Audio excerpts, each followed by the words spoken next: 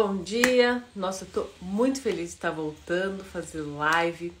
Tenho muitos assuntos para trazer por aqui depois de uma rotina mais conturbada por conta da mudança, né? A gente se mudou de João Pessoa para Florianópolis, tipo 180 graus de mudança.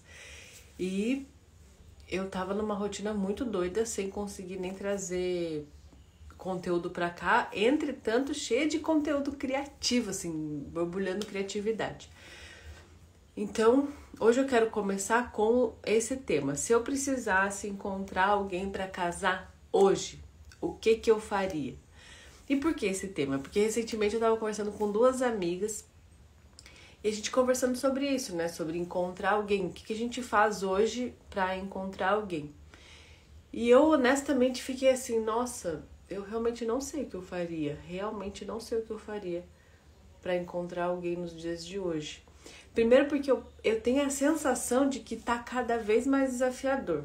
Se você tá solteira, você pode me dizer. Mas eu tenho a sensação de que tá cada vez mais desafiador. Eu encontrei o Fê 7 anos atrás. Já era desafiador, não vou dizer que não era. Mas eu tenho a sensação que tá ficando cada vez mais desafiador. Não sei se é por conta da liquidez das relações. Não sei se é por conta do medo da profundidade, de se envolver profundamente com as pessoas. Não sei se é por causa dos traumas que a gente carrega mesmo e que pode estar ainda mais evidente agora. De toda forma, eu fiquei pensando sobre isso. Nossa, eu também não sei o que eu faria, né? Se eu precisasse encontrar alguém hoje. Tá. Aí, depois, refletindo, depois até conversei um pouco com o Fê, eu tive uma percepção clara, assim. Eu tenho a sensação que eu faria o que eu fiz quando encontrei o Fê. E por que eu tô dizendo isso? Porque quando eu e o Fê a gente nos encontrou, a gente tava vivendo um processo muito bonito, assim. Cada um no seu processo, né? Ele tinha deixado de beber, deixado de fumar, tava se reconectando com a verdade interna dele, percebendo, tendo pequenos despertares, assim. E eu, do outro lado, também, deixando o meu vício na comida, porque antes de conhecer o Fê, eu emagreci 30 quilos. Então, deixando o meu vício na comida, percebe que dos dois lados tinham uns vícios, né?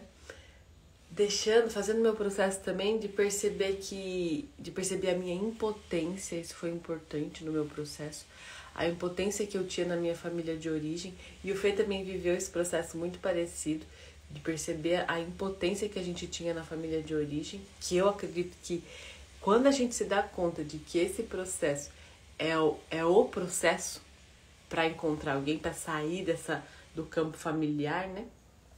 A gente faz esse processo. Mas então a gente estava cada um vivendo paralelamente seu processo. E então chegou um momento que a gente se encontrou. Só que o meu processo, ele foi um processo longuíssimo, assim, e o Fê, ele foi muito mais rápido. Ele, tipo, isso, é isso, então vai que vai. O meu processo foi bem longo. Então, o que eu tive a percepção? Que eu tenho a sensação que a mulher, como a mulher é a flor, né? Que se abre, assim, e atrai, de fato, a flor se abre e atrai, a flor atrai os insetos, por exemplo, né? A flor é atrativa. Eu tenho a sensação que a mulher tem esse poder. Quando ela se abre, ela atrai. E ela atrai, para atrair e ressoar a frequência das pessoas, ela faz, olha o que eu vou te dizer agora. Ela atua de forma inconsciente no processo do homem que precisa chegar para ela. Talvez isso seja a física quântica, assim. Mas eu tive essa sensação, com uma percepção ali da minha vivência com o Fê, da minha experiência com o Fê, que foi quando eu me levantei e falei, agora eu vou viver minha vida, eu vou parar de me preocupar com essas questões aqui e vou realmente colocar foco no meu futuro. Então, eu sempre me emociono quando eu penso nisso, assim. A sensação que eu tenho é que Deus pegou o Felipe, assim, tem até uma música que eu sempre que eu canto, eu me emociono e lembro disso, assim, como se Deus tivesse pego ele e falado, vai, eu escolho você. Então tenho essa percepção clara, assim, de que quando a gente vive o processo, aquilo que a gente precisa atrair chega. E aí esse é o primeiro ponto importante. Se eu sou a flor e eu vou atrair alguém compatível com a minha energia. Então, honestamente, assim, não espere que a pessoa esteja pronta, porque você também não está pronta, a não ser que você esteja pronta, mas se você estiver pronta, ninguém está pronto vivo, né? Os prontos estão sempre mortos, assim, os prontos perfeitos estão sempre mortos. Então, quem está pronto não está vivo. Então, você muito provavelmente não está pronta. Então, aqui, e esse talvez fosse o meu tópico mais para baixo, assim, mas observar o quanto a gente é exigente com essa atração. Porque, na verdade, tem detalhes bem, bem profundos e pequenos, mas que são essenciais, que a gente consegue numa relação crescer junto, desde que a gente consiga olhar para o outro, tirar as fantasias que a gente tem, ilusões que a gente constrói quando a gente conhece, e olhar a realidade do outro e dizer, tá, isso muito bom, isso muito ruim, porque tem muitos defeitos, mas eu digo sim para tudo, assim como o outro vai dizer sim para tudo também. Porque, claro, nós não somos nenhum alecrim dourado que nasceu no campo sem ser semeado, né? Então, sim, o outro também vai ter que dizer, olha, essa mulher tem um monte de defeito, mas tá bom, eu gosto dela. Qual que é a coisa delicada aqui? Que geralmente os homens têm mais facilidade em dizer sim e aceitar a outra pessoa como é do que a mulher. A mulher é um pouco mais exigente, assim. Mas a mulher é exigente porque a mulher ela consegue ver no homem o que ele ainda vai se tornar, ela vê o potencial do homem. O que acontece é que muitas vezes a mulher não tem paciência para o processo acontecer e deixar esse homem chegar onde ele pode chegar. Então, às vezes, ela se antecipa e ela fica desesperada, e aí é a hora que ela sai do lugar dela e vai para um lugar de mãe, de comando, de dizer o que o cara tem que fazer. Certo, isso é tema que a gente pode até tratar num outro momento, né? Mas, hoje, o que a gente vai falar? A gente vai falar sobre as coisas que eu faria, e eu anotei aqui 7 coisas que eu faria para encontrar alguém, que na verdade foram as coisas que eu fiz lá atrás. Então vamos lá, primeira coisa que eu faria se eu precisasse encontrar alguém para casar hoje. A primeira coisa que eu faria é admitir que eu preciso de um homem. E admitir que eu preciso de um homem é realmente se render a esse precisar. Não é ficar assim, eu não preciso não, mas eu quero. É que precisar parece tão dependente, né? Não, eu prefiro dizer que eu quero. Eu não preciso ter você, mas eu quero ter você na minha vida.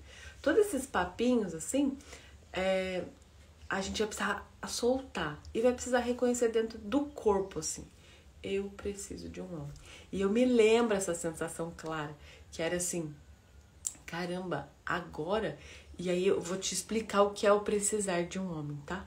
O precisar de um homem é a mesma percepção de precisar tirar a sobrancelha. A sobrancelha, eu não sei você, né? Eu não sei que você gosta de tirar a sobrancelha, mas eu não gosto de tirar a sobrancelha. É uma coisa bem incômoda pra mim. Então, eu geralmente não quero tirar a sobrancelha. É algo que é muito incômodo. Mas eu sei que eu preciso, é uma necessidade pra mim, porque não dá pra ficar com a minha sobrancelha uma tatura. Então, o que eu faço? Eu faço a sobrancelha porque eu preciso fazer, mesmo que eu não queira fazer. E não quero fazer por quê? Porque dói. Isso é precisar de um homem. É saber que quando você vai para uma relação, você sabe que é uma necessidade, porque você sabe que tá na hora de... Você precisa daquilo agora para crescer, para ir além, para dar passos maiores na sua existência. Só que você sabe que vai ter que enfrentar algo difícil, que é relacionar-se. Relacionar-se é difícil. Então, o que você faz? Você diz, quero, na verdade, não quero. Porque se for para enfrentar as dificuldades, nossa, igual tirar a sobrancelha. Putz, essa dor, olha, eu não quero, não. Porém, eu sei que preciso, porque eu preciso tirar minha sobrancelha. Então, eu preciso, quando eu olho para um homem, né? Eu preciso dessa relação para eu conseguir ir para um estágio de evolução interna além do que eu fui até agora. Que só uma relação pode te dar. Quando você percebe isso, você vai perceber que não tem a ideia do eu não preciso, mas eu quero. Porque se for só o quero, no primeiro conflito você sai. No primeiro conflito você vai embora. Se for só o quero, no primeiro conflito você fala, não dou conta, tchau. Porque é como tirar a sobrancelha.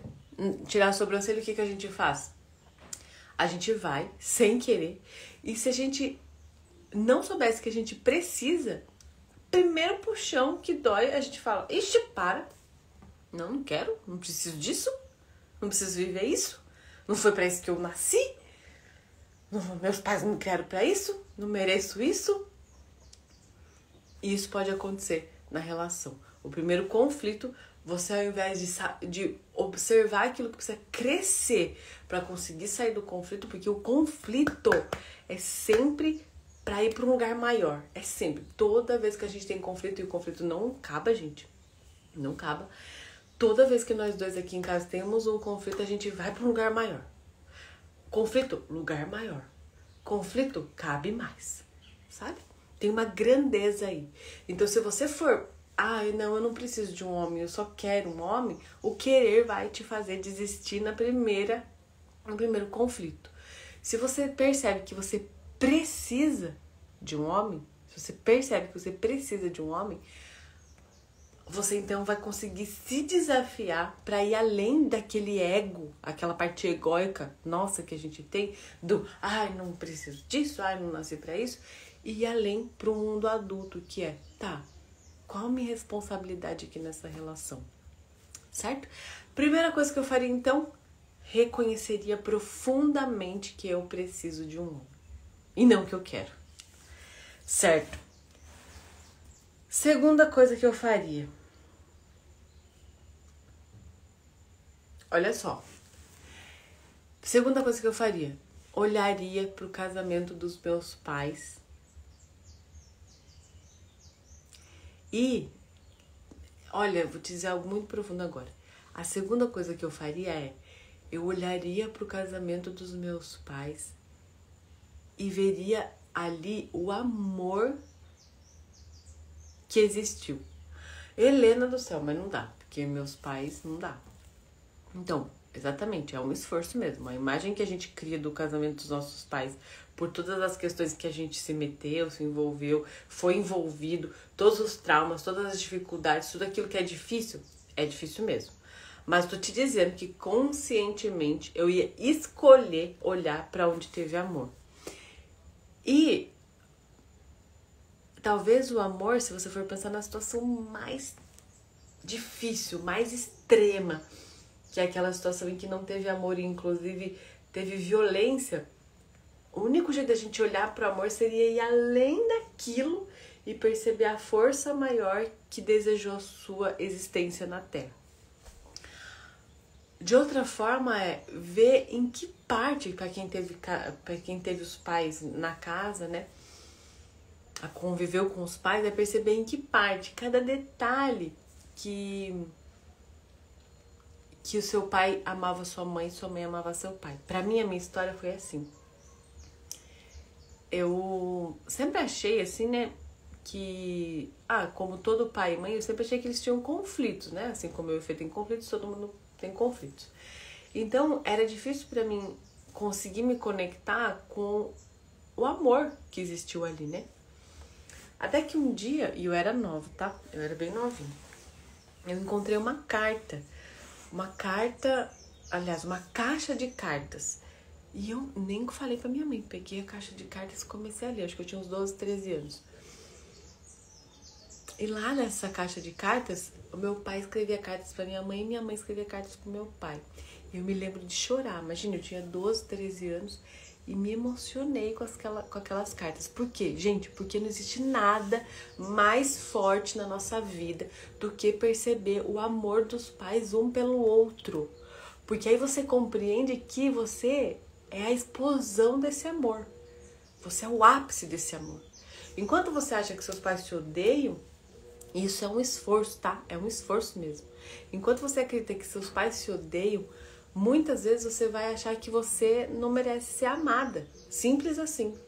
Então, quando você consegue reconhecer de alguma forma, encontra uma forma, não existe, cria uma forma de reconhecer que teve amor, que a sua mãe olhou para o seu pai e falou: uau, é esse o homem que eu vou gerar frutos, e que seu pai olhou para sua mãe e disse: uau, é essa mulher que eu quero gerar frutos, e um disse sim pro outro. Aí pronto, aí você consegue ir para a vida cheia, que é, você sabe que você foi fruto dessa explosão de amor. Mesmo nos casos mais extremos, a gente precisa dessa imagem interna. Porque no fim a gente se relaciona com imagens. Nada é muito... Se você for pensar na nossa infância, adolescência, assim, muitas vezes nem tudo está conectado com aquilo que é real, que é palpável, físico, né? Que de fato aconteceu. Essa é a verdade que eu tô falando. Nem todas as imagens que a gente tem são pautadas naquilo que realmente aconteceu. Muitas vezes a gente tem imagens daquilo que a gente experienciou. É um recorte daquilo que aconteceu. Se a gente é um amontoado de imagens, a gente pode recriar imagens. A gente pode recriar essas imagens. Então a segunda coisa que eu faria é perceber o amor entre os meus pais. Perceber mesmo. Perceber que quando a minha mãe olhou para o meu pai, ela disse um sim, com o coração. Sabe, às vezes a gente conta umas histórias pra gente do tipo: ai, minha mãe, coitada da minha mãe. Minha mãe não sabia, nossa, coitada. Para com isso. Para. Escolhe pensar: a minha mãe sabia o que estava fazendo. A minha mãe olhou para o meu pai e disse um sim bem grande, com o coração bem aberto. Porque era aquele homem que ia construir tudo o que construiu. E quando eu falo tudo que construiu, eu tô falando da gente mesmo, né? Os dois se uniram e fez tudo isso, né? Se tem algo mais incrível que isso, eu não sei. Então, reconhecer que essas duas pessoas, com todos os problemas delas, com todas as dores, com tudo de difícil, ainda assim, elas se uniram e te fizeram. Ainda assim, elas se uniram e te fizeram. E isso, só por isso, já é um milagre. E isso só por isso já é um milagre. Porque duas pessoas se encontraram, disseram sim uma para outra e fizeram uma pessoa. Então, se você se conecta com esse milagre, você começa a perceber assim: eu mereço ser amada. No final tem a ver com isso. Enquanto a gente conta uma história interna que é: ah, minha mãe, coitada, meu pai, né, fez... Enfim, claro, pode ser a história, inclusive, que sua mãe conta. Não sei qual é a sua história, né? Mas enquanto a gente conta essa história em que a gente diminui eles e tal, a gente não percebe a grandeza que tem por trás de quem você é. Que é: uau, essa mulher escolheu esse homem. E esse homem escolheu essa mulher. E então eu nasci. E sabe o que é mais profundo e lindo e doido? Que existe uma força espiritual que sabia que você precisava chegar desse jeitinho. Essa força espiritual uniu essas duas pessoas. Eu acho que minha irmã tá aqui na live. E a história da gestação da minha irmã é a seguinte: a minha mãe tomava anticoncepcional e a minha mãe parou de tomar anticoncepcional pra fazer laqueadura. Quando minha mãe parou de tomar anticoncepcional pra fazer laqueadura, minha irmã veio. Aí você pensa assim: que força é essa? Que força é essa que desejava? Eu me emociono porque realmente dava pra sentir que tinha uma força que queria que ela viesse pra Terra. Você pensa: que força é essa? Que força é essa que quis que você viesse pra Terra desse jeito? Ela tá aí mesmo, cheguei. É isso. Você imagina, gente. Ah, vou parar de tomar anticoncepcional pra fazer laqueadura. Vem um ser. Por quê? Porque tem uma força maior que quer, que te deseja aqui. E tudo isso eu tô falando para dizer que quando você reconhece essa força de algo maior que te deseja aqui, você não anda mais na terra como andava antes. Você pisa na terra sabendo que, uau, eu sou muito desejada aqui. E até quando você não foi desejada pelos pais, assim, né? Pensando que os pais podem dizer, nossa, você não foi planejado, enfim. Até nesse lugar, talvez eu acho que esse lugar é ainda mais forte perceber que mesmo quando pai e mãe não estavam planejando, uma força maior, que eu chamo de Deus, falou, você vai e essas duas pessoas vão se unir para te trazer, para te materializar. Pô, que força é essa, gente? Quando eu sinto isso no meu corpo, assim, eu não consigo mais andar pela terra como se eu fosse órfã, sabe? Como se eu não tivesse mãe e pai, como se eu não pudesse ser amada, como se eu não merecesse amor. Ai, que bom que você tá gostando, mulher. Ah lá, viu? Tava trocando o anticoncepcional e veio gêmeos,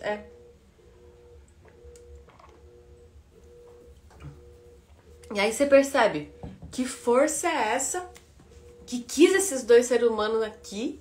A Beth! Ah, eu sabia, eu lembro mesmo das suas gêmeas. Que força é essa que precisava que essas duas meninas chegassem, né?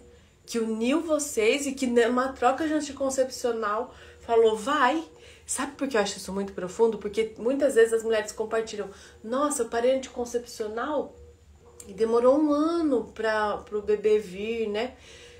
Aí você conta que numa troca de anticoncepcional veio 2. Então tem uma força que quer, desse jeitinho que tem que ser, que as pessoas cheguem na Terra. Então essa é a segunda coisa que eu faria se eu precisasse encontrar alguém para casar hoje, que foi o que eu fiz lá antes de conhecer o Fê.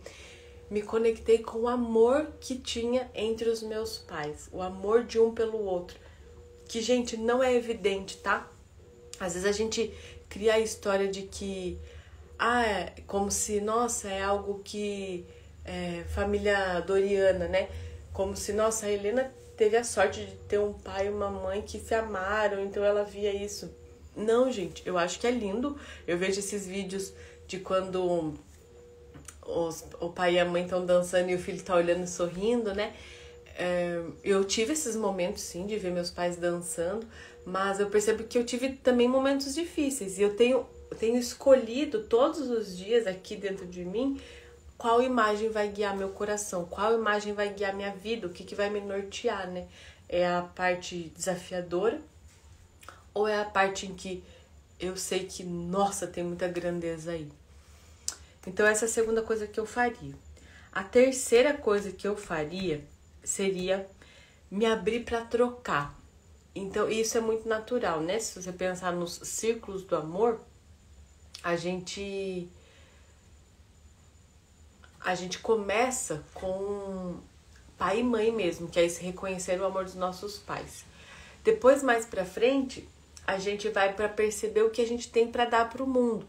Então é assim, a gente sente uma dívida com pai e mãe, aí a gente começa a perceber, ixi, aqui com esses dois eu não consigo dar nada, porque eles sempre me dão tudo, eu sempre tô devendo.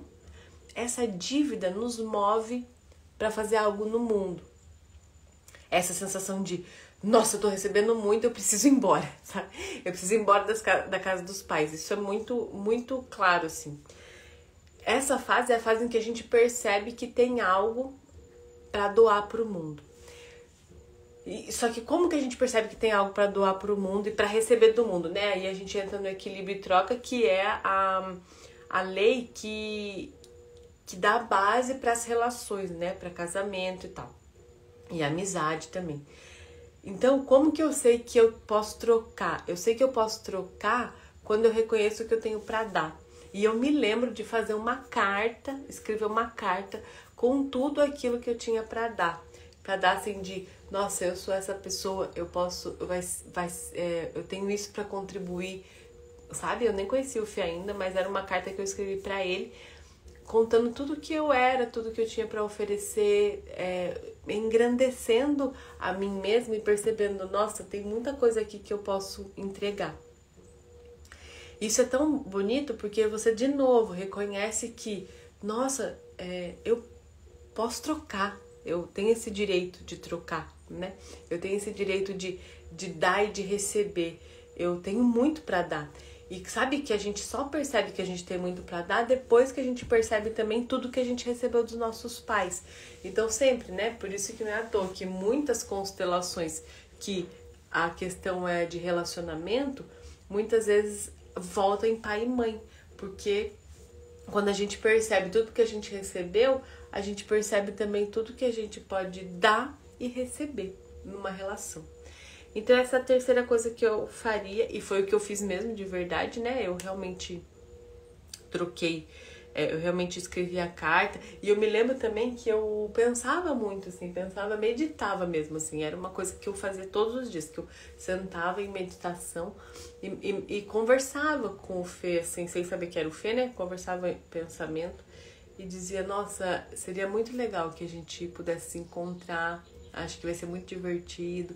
Me lembro dessa cena, assim, né? Então tinha essa necessidade mesmo da troca, de nossa, eu tenho muito para entregar e chega mais que eu sei que você também tem muito para dar, né?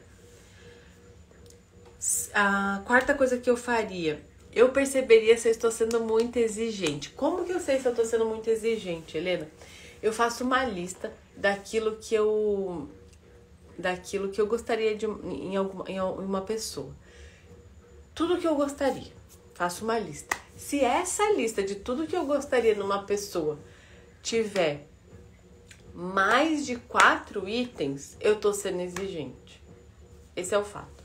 Nossa, Helena, não me diga isso, porque eu já ouvi pessoas dizerem que a gente tem que fazer uma lista, tudo, nossa, 20, 30 tópicos, exatamente como a gente quer. Assim, depende de onde você tá na vida, né? Pode até ser, mas a realidade mesmo se mostra que muito mais importa se você conseguir colocar 4 valores essenciais do que se você começar a escrever. Tem que gostar de rock, tem que gostar de jogar futebol, tem que gostar de não sei o que, sabe? Tanto que, na verdade, eu não fiz minha lista. A minha lista que eu fiz foi daquilo que eu podia dar, né? Essa lista que eu falei que eu escrevi essa carta era o que eu podia oferecer. Mas eu não fiz nenhuma lista do que eu queria, porque eu tava tão aberta, eu tava tão assim, já sabendo que era, eu preciso de um homem. Eu preciso de um homem. E aí era, não sei se me interessa, mas é lindo, né? Porque a vida é tão perfeita que daí eu lembro do Fê me surpreender, assim, por exemplo, o futebol. Quando a gente se conheceu, ele jogando futebol, eu falei, nossa, eu nem tinha pensado nisso, que precisava jogar futebol, mas ele joga futebol. E eu admiro ele por isso também. O que eu quero dizer é, fique com o essencial. Não fica procurando, porque sabe o que eu tenho percebido? Que lista de exigência muito grande, né, daquilo que a gente deseja em alguém muito extensa, conta mais sobre uma indisponibilidade, né? Sobre alguém que ainda tá não querendo muito se relacionar. Por quê? Porque uma pessoa que tem uma lista assim de 30 coisas, essa pessoa de 30 coisas não existe. Então é um jeito dela a pessoa se proteger. Ela fala, bom, se não tiver nenhum desses, se não tiver 30 tópicos desses, eu não quero. Ninguém existe assim, porque seria o quê? O cara perfeito. Então, é um jeito que a pessoa tem de dizer, ainda não tô pronta, sabe? Quando você tá pronta, a sua lista vira 4 tópicos, que na verdade são os essenciais. Por exemplo, precisa ser trabalhador, precisa ser honesto. Pra mim, fidelidade era um tripé, assim, era uma base do meu tripé, né? Que eu acho que era 4, né? Então eram 4 pontos, assim, e a base deles... Aí a minha irmã falou, tá se identificando. Você deve estar se identificando com a lista enorme, é? É isso mesmo, né? Então, vai pro essencial, que é o quê? Os seus valores. Então, assim, precisa ser honesto. Eu me lembro que isso era muito importante pra mim. Fiel, a fidelidade nesse sentido mesmo de honestidade mesmo, né? Porque fidelidade pode ser várias coisas, mas de ser honesto e fiel, assim.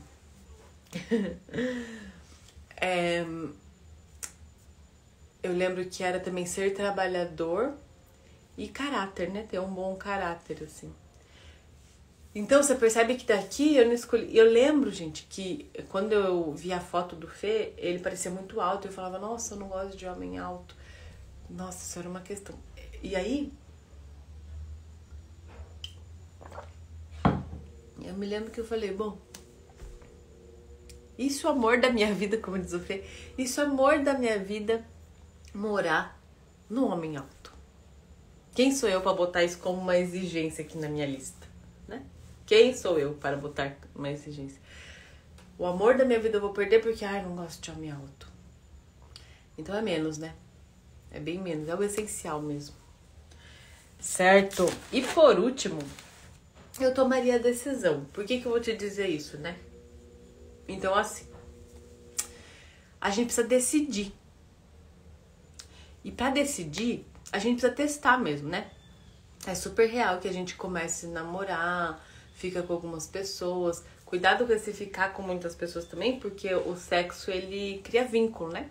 E cada vez que a gente cria vínculo com alguém, através do sexo, mais a gente fica, vamos dizer que, resistente a criar vínculo. Imagine que a gente tá fazendo assim, ó. É verdade, minha irmã falou que mal sabia que o Felipe só tava pulando na foto. Porque na foto ele parecia alto, mas aí depois eu fui entender que ele tava pulando na foto. E a referência que eu tive era, nossa, parece que ele é enorme. Não, ele só tava pulando. É o tamanho perfeito.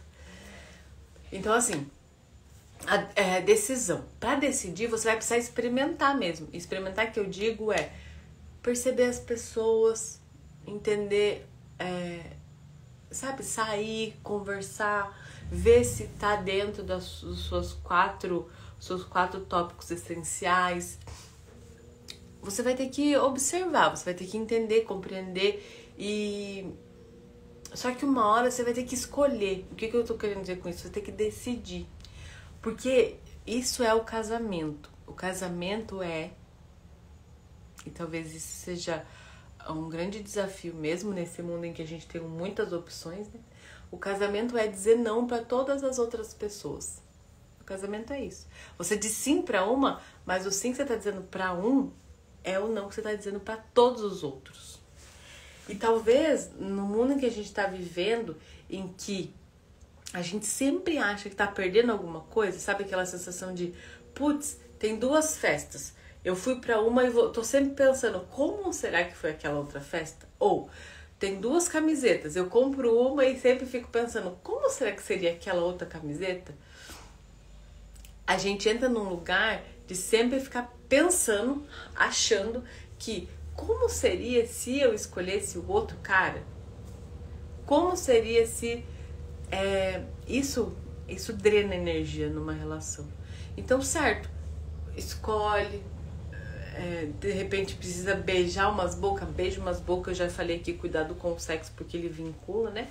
Mas precisa beijar umas bocas, beija umas bocas. Eu me lembro que nem beijar eu conseguia antes de conhecer o Fê, porque pra mim eu tava numa fase muito assim, pra dentro, né?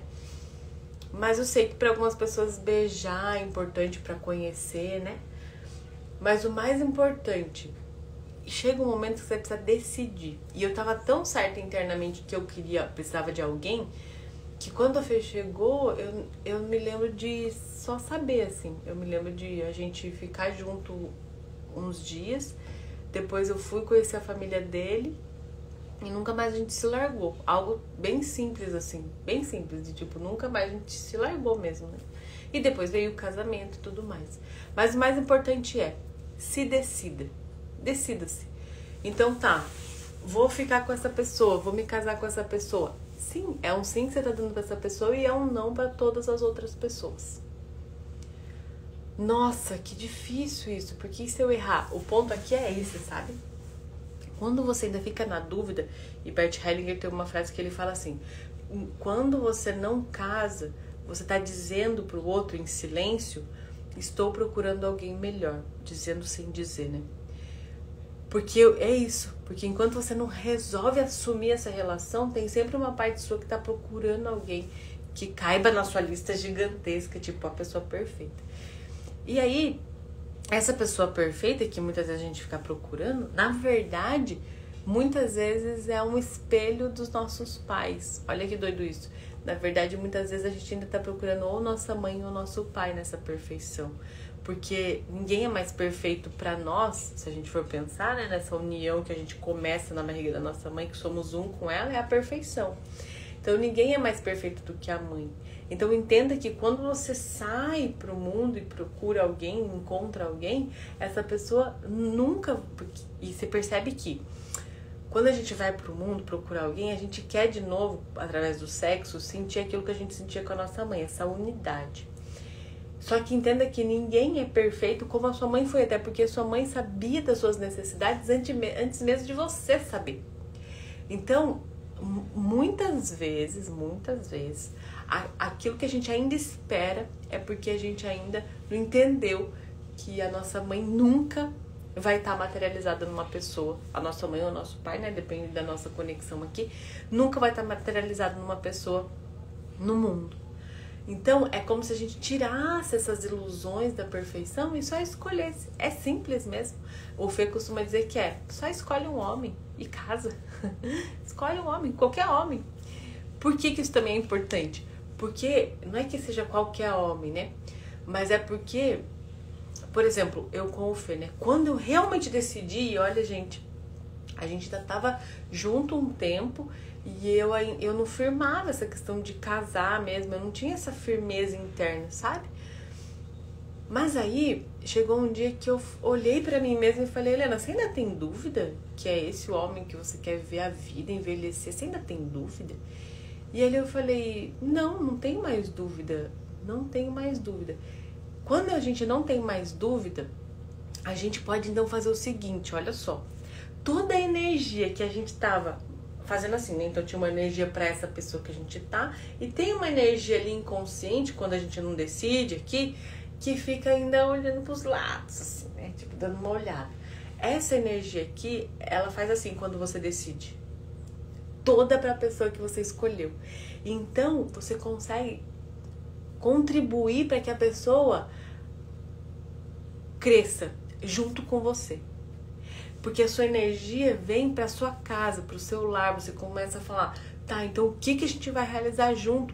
Porque se eu escolhi você e você me escolheu e a gente junto disse não pra todas as outras pessoas do mundo, todas as infinitas possibilidades que a gente tinha, como a gente pode criar então aquilo que a gente sonha?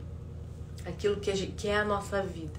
Então toda essa energia de distração que fica ali no inconsciente quando a gente não escolhe, a gente coloca aqui, nesse lugar. Mas lembre que para tomar essa decisão, você tem que ter feito todas as outras coisas que eu falei antes. Então, antes de tomar a decisão, perceba a sua exigência. Antes de perceber a exigência, se abra para trocar, perceba o que você tem para dar. Antes de perceber o que você tem para dar, se resolva com o casamento dos seus pais. Porque esse é o ponto. Se você não se resolver o casamento dos seus pais, a probabilidade de na hora que você escolher alguém para decidir, você decidir por alguém que vai fazer você reproduzir o casamento dos seus pais é muito grande. Olha só o que eu vou te dizer, presta atenção. Quando você cria uma imagem do casamento dos seus pais, uma imagem difícil, dolorida, tudo mais, Helena, não foi uma imagem, foi o que aconteceu. Sim, mas a gente está sustentando essa imagem. Então eu sustento essa imagem, eu vou para uma relação e escolho alguém para me fazer repetir essa imagem, porque é lógico que a gente tem uma fidelidade interna. Quando eu olho para o casamento dos meus pais e desmonto as imagens e olho para uma outra imagem que também existiu, mas que eu não dou foco, por exemplo, quando seus pais se olharam a primeira vez, eles se atraíram, eles se amaram, ali, por um momento, eles se atraíram e se amaram. Eu posso olhar para essa imagem. Ah, mas não foi, mas todo o resto foi horrível. Sim, mas eu posso olhar para essa imagem. Quando eu fico com o amor aqui, eu vou, na hora que eu vou escolher uma relação, e escolho alguém que pluga com esse amor. Então eu não preciso mais reviver a parte ruim do relacionamento dos meus pais. Eu posso viver o amor. Né? Por isso é tão importante a gente ir sim visitar o casamento dos nossos pais, olhar para isso, reconhecer até a nossa petulância e prepotência de achar que a gente tinha alguma força ali, né? Porque quantos de nós não ficou entre mãe e pai achando que tinha que ajudar um ou outro? E quantos de nós não tomou o lado de um ou de outro, né? Eu me lembro que na minha adolescência eu tomei o lado do meu pai de um jeito que minha mãe era tipo, nossa, uma bruxa. E na verdade a gente só não tá vendo a realidade. Porque a minha mãe, tanto a minha mãe quanto o meu pai, tinham questões deles. Como os seres humanos têm. Assim como eu, junto com o Fê, temos questões nossas. Mas tá cada um fazendo o melhor que pode. Então se a gente só pensar isso, minha mãe e meu pai tinham as questões deles, mas tava cada um fazendo o melhor que pode, eu olho pra minha mãe e falo, uau mãe, que grandeza, você tava fazendo o melhor que você podia. Nossa pai, que grandeza. Nossa, pronto, eu já não tenho nada a ver com isso. Vocês, o casamento é de vocês, tá bom, posso ir agora. A gente passa a reconhecer a grandeza. Helena, mas ainda é difícil, porque eu tenho muitos traumas. Sim, aí traumas precisam ser trabalhados, né? Em terapia. Traumas precisam ser vistos com muito carinho, sem ficar cutucando porque muitas vezes, sabe, gente, tem questões de trauma que a pessoa fica cutucando, refalando aquelas coisas que aconteceu, que mais gera ficar trauma em cima de trauma do que de fato solução. Então o que a gente precisa é realmente abraçar esse trauma, assim, né? Que é, tá, então como que eu posso abraçar esse trauma e manejar esse trauma para que ele não precise ser um inimigo, né? Ele não precise mais ser um inimigo, ele possa contribuir para o processo. Certo, esses foram os 7, não, 1, 2, 3, 4, 5. Os 5 passos que eu faria se eu precisasse encontrar alguém para casar hoje. Que na verdade são os mesmos passos que eu fiz antes de encontrar o Fê. Então é a mesma coisa, eu acho que é super válido. Como eu disse, eu tenho a sensação de que quando a gente vai se modelando, a gente também atrai alguém que tá se modelando e a gente se une, né? Como a união perfeita. Minha irmã, muito bom também ter você aí. Ai, que saudade, né? Espero que você esteja bem.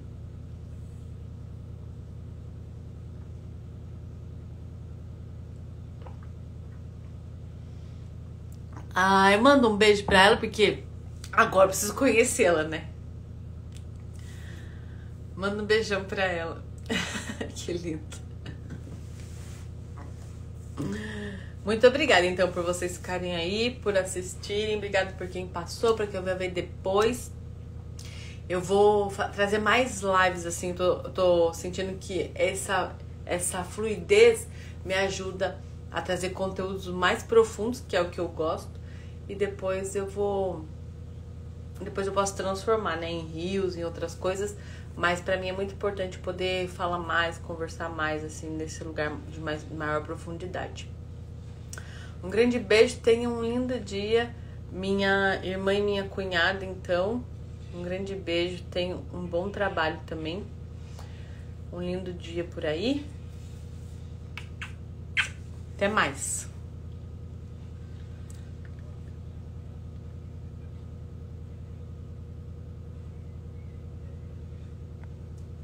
Amo você também.